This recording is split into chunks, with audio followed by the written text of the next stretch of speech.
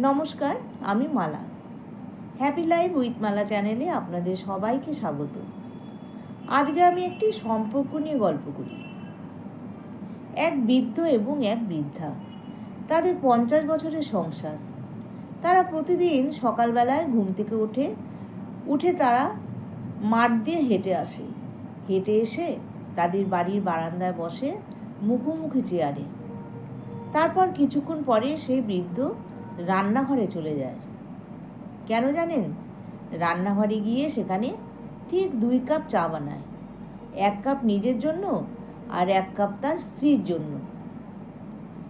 নিজের কাপে মেপে 2 চামচ চিনি দেয়, আর স্ত্রীর কাপে মেপে 1 চামচ চিনি দেয়। এভাবে তারা দুজনে রোজ চা খায়। একদিন সেখানে তার ছেলে এসে হাজির। তার ছেলে তার বাবাকে বলল, আচ্ছা বাবা, তুমি তো জানো মায়ের ডায়াবেটিস আছে, তুমি মাকে একদম চিনি ছাড়া চা দিতে পারো, সেই 1 চামচ চিনিও দিও না।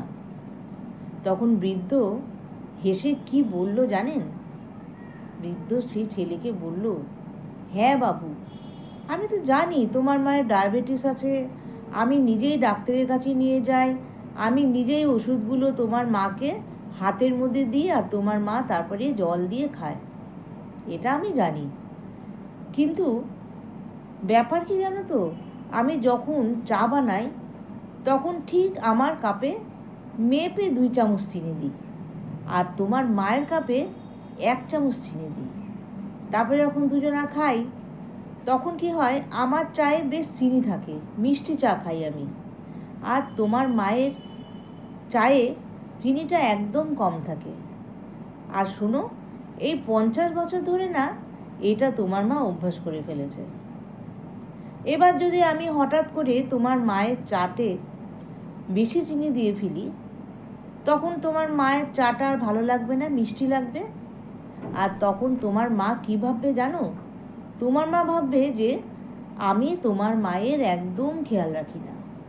সত্যি তাই, আসলে কিন্তু তাই হয়। তারপর 1 বছর পর সেই বৃদ্ধা মারা গেল।